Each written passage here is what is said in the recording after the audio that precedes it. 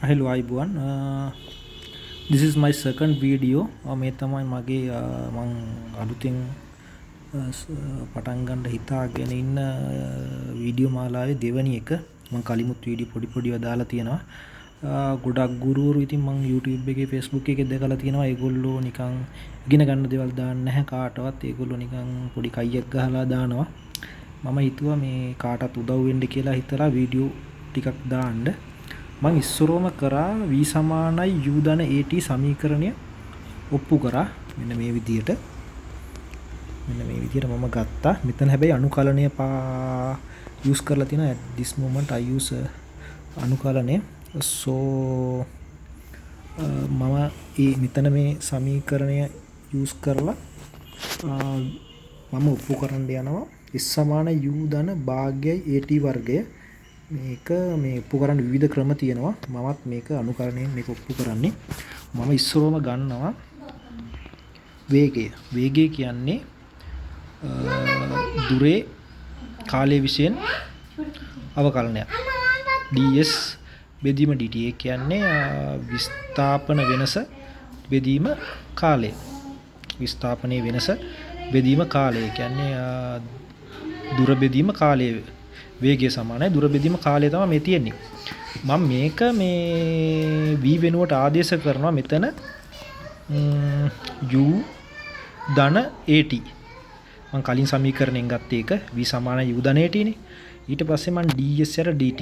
මෙතන මම කරලා තියෙන්නේ මේ ds dt දෙපැත්තට වෙන් කරලා ලියලා තියෙනවා.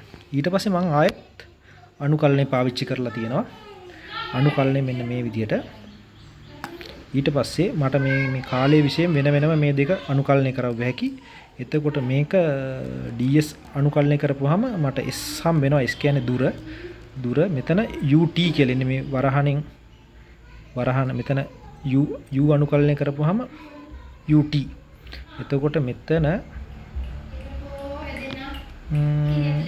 t අනුකලනය කරපුවාම භාගයයි t වර්ගය වෙනවා. එතකොට මේ නියතය මෙතන තියෙනවා. එතකොට භාගයයි t වර්ගය.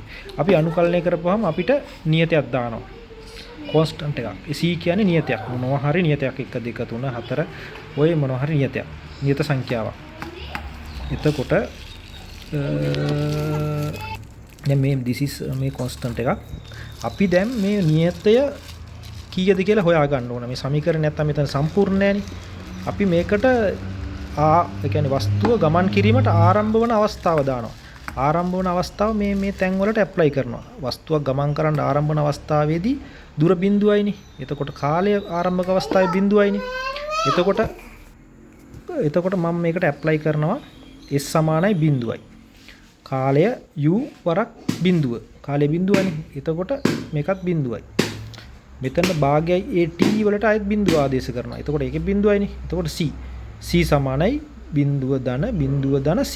එතනින් මට c සමානයි බිඳුව කියලා ගත්ත හැකියි. එතකොට මට මේ සමීකරණය එනවා s සමානයි ut ධන භාගයයි at වර්ගය. අපි සාමාන්‍ය මැත්ස් වල මේක ඔප්පු කරනකොට මේ a වෙනුවට f සමානයි f යූස් කරලා මේ s සමානයි ut ධන භාගයයි ft වර්ගය. සාමාන්‍යයෙන් ෆිසික්ස් වල මේ සමීකරණය විතරක් කටපාඩම් කරගෙන අපි ගණන් හදනවා. මෙන්න මේ විදිහට ඔප්පු කරන්න පුළුවන් මේ එක ක්‍රමයක්. මැත්ස් උගන්වනකොට මේ විදිහට තමයි ඔප්පු කරන්නේ.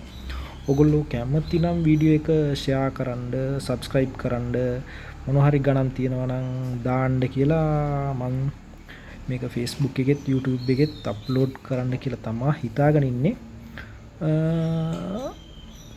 ඒ වගේ මේ ඔයාලා හම්බන තැනින් මට මොනවා හරි ප්‍රශ්නයක් තියෙනවා නම් ඒකත් කමෙන්ට් කරන්න.